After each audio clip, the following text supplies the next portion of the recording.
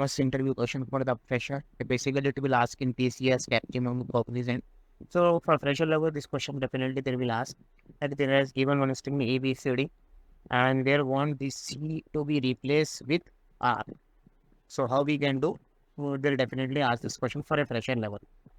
So approach is very simple. Like what we are doing, we are taking one string and we are converting into char array, and we are returning this one. So what we are doing, if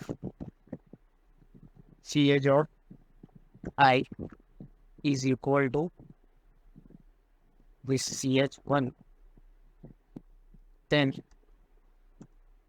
what we are doing, we are assigning with ch of I value to this ch2 value. Simple. Open this now. Dot ABDR. Similar way, you can make R to Y also in bracket.